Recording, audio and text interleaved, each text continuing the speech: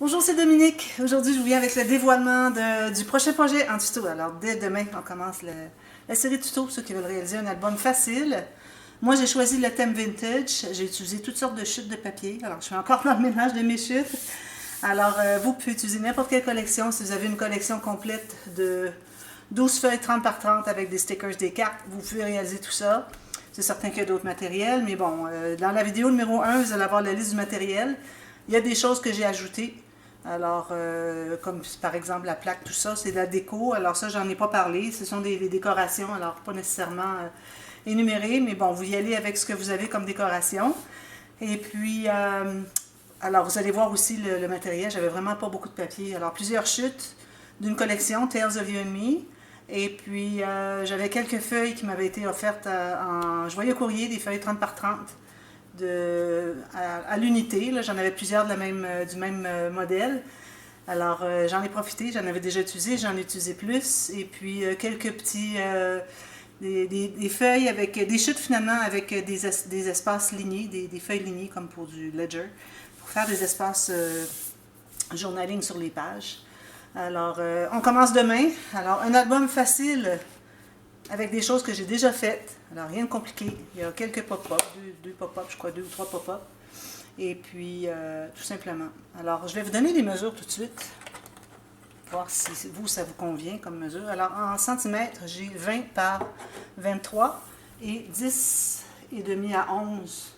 À l'extérieur, j'ai presque 11, mais intérieur, j'ai 10 cm ici pour le dos. Okay. Alors, en pouces, j'ai 7 pouces 3 quarts par 9 pouces par 4. Voilà. Les pages mesurent 6 pouces ou 15 cm par 8 pouces ou presque 20 cm. Alors, 20 cm, voilà. Alors, allez voir les boîtes de description de tous les tutos. Je vous recommande d'aller voir aussi le tuto qui suit, ou parfois deux plus loin, pour finaliser la page, voir quand je vais commencer la page qui suit, à savoir s'il y a des instructions. Mais de toute façon, quand il y en a, alors je les inscris dans la boîte de description de la vidéo où est-ce qu'il y a soit un ajustement, soit des mesures à donner, soit des corrections, soit des spécifications, tout ce que vous voudrez. Alors, allez voir les boîtes de description. Parfois, ça peut vous éviter bien des problèmes parce que vous auriez peut-être pu faire une erreur. Une erreur que j'aurais faite ou une erreur que vous auriez faite parce que, bon, il vous manquait quelques données. Et puis, j'ai fait aussi un tuto pour la couverture. Alors, c'est très simple, hein, mais c'est juste parce que souvent, les gens me demandent, ils me disent, pouvez-vous faire des tutos, comment j'ai fait la couverture? Je suis toujours embêtée à savoir comment mettre les embellissements, tout ça. Alors, je vais en parler justement tout de suite. Alors, les embellissements, j'avais mon papier de base ici au fond, que j'aimais beaucoup. C'est le papier qui m'a fait acheter la collection avec la petite clôture en fer forgé. Trop jolie, je vais vous l'approcher ici, que vous voyez bien. Et puis, alors j'avais mis mon papier dès le début de côté. J'avais mesuré un approximatif de hauteur, largeur pour pouvoir récupérer, utiliser finalement ce qu'il y a le reste. Alors ça se trouve être ici, j'ai utilisé le reste de la feuille 30 par 30. Alors ensuite, bien, tout simplement, moi je mets toujours un fond soit en jute, soit en gaz ou coton fromage. J'aime bien mettre un fond pour que ensuite quand j'arrive avec mon pistolet à colle, tout colle. Et il ne tombera jamais parce que c'est tout rentré dans les fibres, c'est tout pris là. Si vous arrivez avec quelque chose métallique qui est lisse derrière, vous collez ça sur un papier. Combien de fois, moi, ça m'est arrivé que ça a tombé, que ça n'était pas resté. Alors, c'est pour ça que je mets toujours un fond. Puis, vous allez voir le petit truc que je vous donne par rapport à combien de grammes est-ce que je devrais mettre de... Ben, pas de jute ici. Jute, on ne peut pas vraiment ajuster une fois qu'on a décidé du format, mais pour ce qui est de la gaz, il y a un petit truc. Alors, vous allez voir ça, ça va être la toute dernière vidéo, ça va être même après la série. C'est un tuto express que je vais publier tout juste le lendemain de la série. Alors la série, je crois que c'est 11 jours. La 3e journée, la 11e journée, vous vous trouvez à avoir 3 vidéos. Alors A, B, C, je voulais tout terminer. Là. Alors c'était long parce que bon, c'était les doublures de pages, les interactions dans les couverts, le système de reliure, tout ça la dernière journée. Alors voilà. Alors, des fleurs ici, toujours une petite pièce métallique. Alors, j'ai mis une clé ici. Je l'ai mis en haut ici pour qu'on voit la base, parce que je trouvais jolie la base et le haut. Je ne voulais pas cacher un des deux. Alors, je l'ai mis par-dessus ma gaze. Et aussi sur la garniture ici. Une petite pièce métallique avec une petite serre avec des roses. Et puis, voilà, tout simplement. J'ai mis des coins métalliques ici. puis, voilà. Ici, j'ai fait une plaque. Alors, la plaque avec le seau, le cachet de cire. Vous voyez, joli cachet de cire que j'ai peint avec du doré. Alors, pas juste le design. Souvent, on voit que le design qui est peint. Mais, un petit peu là. Quand je le tire comme ça, c'est difficile. Mais j'ai fait aussi un petit peu autour, sur le contour finalement du cachet, avec le crayon doré. Ici, j'ai une plaque qui est 3D, comme vous voyez. Et puis, j'ai ajouté des petites gouttes aussi que j'avais faites. D'ailleurs, quand j'avais fait le tuto express, j'avais fait aussi, pour la couverture, j'avais fait aussi le seau. Puis, j'ai expliqué qu'on pouvait réutiliser tout ce qui reste dans notre cuillère pour faire des gouttes. Et puis moi, j'ai toujours un papier ciré qui se trouve finalement être un papier de stickers. On a utilisé tous les stickers, c'est l'idéal, c'est ce qui fonctionne le mieux et qui coûte le moins cher, qui coûte absolument rien. Alors, mais j'ai eu le malheur de faire mes gouttes du côté papier, non pas du côté papier ciré. Alors, c'est un petit peu embêtant. Mais bon, excusez. J'ai remis des cachets, j'ai fait fondre et puis j'ai fait des petites gouttes de l'autre côté de mon papier. Et puis je les colle tout simplement avec de la colle qui colle plus que juste le papier. Alors moi, j'utilise 3 dans un. Vous avez sûrement votre colle.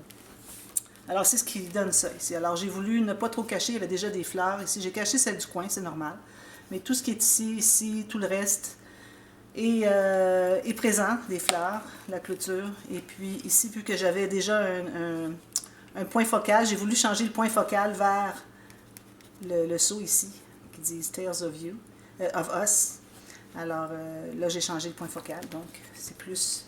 Notre œil est attiré plus ici qu'ici, finalement. Parce que c'était soit ici ou ici, mais pas ici. Même si je voulais mettre un papier joli. Alors, je vous montre l'arrière. Ici, j'ai fait une petite construction. Alors, un petit timbre en sticker que j'ai mis derrière. Bien, je ne l'ai pas mis derrière, finalement, je l'ai mis après coup. Donc, j'ai coupé une diagonale, puis je l'ai collé là. Puis derrière, j'ai un petit morceau de papier que j'aime beaucoup avec les picots. C'était mon papier préféré. Et lui, c'était un de mes préférés aussi. Ça se trouve être l'opposé de ce papier ici. Que j'ai ancré, j'ai utilisé mon petit outil à déchirer, mettre autour. D'ailleurs, j'ai utilisé cet outil pour tous les, excepté le premier, parce que j'avais oublié. Tous les espaces journaling dans l'album sont distressés, alors sont détruits un peu, tout le tour. Et puis même lui, j'ai fait un pli intentionnel. Celui-là aussi. Et puis rien d'autre. Ça, c'est pour faire une dédicace ou... si la personne qui se le procure, l'album, parce qu'il est à vendre, si vous voulez que je le fasse, la dédicace, parce que vous voulez le garder pour vous, vous aimeriez avoir une dédicace de moi, je peux vous la faire sans problème. Alors ici, on a 3 pages flottantes, comme vous voyez, que 3 pages. Alors au départ, j'avais dit que j'étais pour faire 4 pages. Alors tuto numéro 1, je dis, je vous montre comment faire la page de base. Puis ensuite, je dis, faites-en 3 autres. Alors maintenant, finalement, j'en ai utilisé que 3 au total, donc... je voulais pas que ce soit un album trop gros, qui devient trop cher, trop de travail, puis bon. Alors, j'aime bien avoir des albums qui sont pas trop chers à se procurer. Alors, ici, la tranche, ou le dos. Alors, ici, j'ai mon fameux tissu que j'aime tant, faux suède. J'ai fait un bijou de tranche avec une jolie rosette ici, offerte en joyeux courrier. J'ai mis 4 petites breloques, plus un petit gland ici. Puis, il y a de l'espace pour en ajouter d'autres, si quelqu'un veut en ajouter. Si la personne veut en ajouter, la personne qui se procure l'album, si vous avez besoin d'autres petits anneaux comme ceci, dites-le moi, je vous en mettrai 2 ou 3 dans votre sachet, dans un sachet dans votre colis. Alors voilà. Alors j'ai un fermoir ici, comme ceci. J'aime beaucoup. Alors je trouve que c'est mieux qu'un ruban. J'aime beaucoup faire ce genre de fermoir. Alors, avec un gros aimant, 1,5 cm de diamètre, 1 mm d'épais toujours. Si vous avez du 2, vous pouvez l'incorporer dans la cartonnette, ici, et là où il va aller se loger aussi. Alors, il faut faire tout ça avant de placer notre papier, avant de finir l'intérieur. Alors, vous faites un trou carrément dans la cartonnette. Vous placez votre aimant, vous mettez un papier bien mince sur le dessus de chaque côté. Même chose ici avec votre fermoir. Alors, votre aimant de 2 mm, finalement, il se trouve être intégré à l'intérieur du fermoir et de l'album. Donc, on ne voit rien. C'est encore plus lisse que quand on a 1 mm d'épaisseur. Alors, les petits coins, j'en ai mis aussi ici derrière. Alors, les pages flottantes, comme toujours, j'aime beaucoup, beaucoup. Alors voilà, c'est ce qu'il y en est. Alors je vais passer quand même assez rapidement, c'est très facile. Alors une grande poche ici, qui peut s'expandre jusqu'à 2 cm à peu près. Et aussi le rabat fermoir. Je vais plier un petit peu ici pour l'aider, l'assouplir un petit peu. Alors lui aussi, il peut soit s'écraser ou soit lever au complet. Et puis j'ai fait des doublures de pages dans chaque intérieur de... j'ai mis une carte finalement dans les doublures de pages dans les intérieurs de couverts. Même chose en arrière. Chaque page est une page pochette, donc vous avez une carte ici comme ceci, qui entre dans la doublure de page, dans la page pochette. Et vous avez une doublure de page ici, qui va sur le côté B des pages. Alors ici, j'ai tout simplement fait une petite cascade à tirette, un petit peu de statique, là, comme ceci. Ça va très très bien. Alors là, ça, vous regarderez, j'ai utilisé le même papier, 176 grammes, pour les cartes et la bande tirette. Alors c'est pour ça que j'ai doublé mon papier, parce qu'il faut qu'il soit plus lourd que la bande tirette. Alors j'ai maté chaque côté ici, avant d'ajouter ma petite bande, pour que ça donne du poids, puis là ça fonctionne très bien. Alors ça c'est la bande, la cascade à tirette. Ensuite, on a un grand rabat de page ce côté des pages. Alors ici, on a un espace en serre. J'ai mis une petite carte comme ceci, un petit tag. Vous avez des espaces photos supplémentaires ici. Je n'ai pas maté parce que je n'ai pas de gousset. Ici, espace photo. Vous pouvez faire des journalings. Là, j'en ai pas mis ici. J'aurais pu en ajouter peut-être un ici, quelque chose. Si quelqu'un veut avoir un espace journaling de plus, vous me le dites, puis je vous l'ajoute. J'ai encore des papiers pour le faire. Et puis, voilà, c'est ça. J'ai une bande de dentelle sur chaque page de ce côté. J'ai pas mis d'aimant, rien, aucun fermoir. Juste le poids de la page fait que ça se tient. Pas de problème. Ici, alors ici, j'ai la carte pincée, comme ceci. Ici, on se trouve à avoir des rabats. Ici, 2 petites photos, des grandes. Je n'ai pas compté. Je vais mettre dans la boîte de description le nombre de photos qu'on peut mettre. Alors, comme vous voyez, il y a des petits... Je n'irai pas jusqu'à compter un espace photo ici, mais des espaces photos comme ça va. Puis ici, j'ai fait un petit montage avec des petits papiers que j'ai pour du journaling. Alors, on peut mettre une ou 2 photos derrière. Pas plus parce qu'on se trouve à avoir... On n'a pas de gousset sur ces petits rabats. Alors, ici, j'en ai des espaces journaling, comme ceci. Et comme vous voyez, quand ça se ferme tout au complet ici, on ne voit pas du tout les photos. Alors, j'ai suggéré les espaces photos. J'ai mis des bandes pour dire non, pas de photos là. Alors, comme ceci. Prochaine page. Alors, vous allez voir, j'ai des dentelles un peu partout ici parce que, bon, j'avais un grand papier. Puis, je m'étais dit, bon, on ne mettra pas de photos là. Alors, j'ai mis une dentelle, tout simplement. Ici, j'ai mis des perles pour que la carte reste ici. C'est une carte comme ceci, avec à l'intérieur des espaces en serre avec des petits tags, comme ceci. Et une autre bande transverse. Alors ça, c'est bande transverse par-dessus bande transverse. Je crois que c'est la première fois que je l'ai faite. Deuxième. Alors ici, j'ai une carte tout simplement comme ceci. Je peux mettre 2 photos facilement. Ici, 2 autres. Ici, j'ai un fermoir. On ouvre comme ceci. Alors, on a flippette ici pour 2 photos. Puis, journaling, 2 autres photos ici, 2 autres photos ici, une grande ici, une grande soit comme ceci, pour ne pas embarquer par-dessus le timbre. Voilà, tout simplement. Toujours avec les cartes dans les pages pochettes et les doublures de pages. Il faut que je plie un peu ici. Ici, on a les 2 cartes suspendues, comme ceci. Je l'ai mis à l'intérieur pour garder de l'espace pour les photos, de toute façon. Puis, on se trouve à ouvrir comme ceci, avec la petite carte surélevée finalement.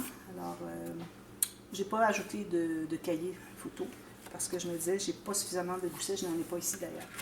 Alors, je crois que juste pour 2 photos ici, on peut en coller une ici, on peut en mettre une ici aussi. Puis ici, je devais mettre un espace en serre, mais bon, on peut toujours coller une petite photo, mais on ne la verrait pas. Alors, c'est surtout pour le journaling. Alors, 1, 2, 3, 4, 5. On peut en mettre 2 dans la pochette. Ici, j'ai laissé un bombé. Alors, quand on ferme le rabat du bas, comme ceci. On met la carte d'en haut qui a un motif plus léger. Et j'ai gardé un motif, puis on va la glisser dessous. J'ai gardé un motif plus intéressant sur le dessus ici. Alors, on entre comme ceci.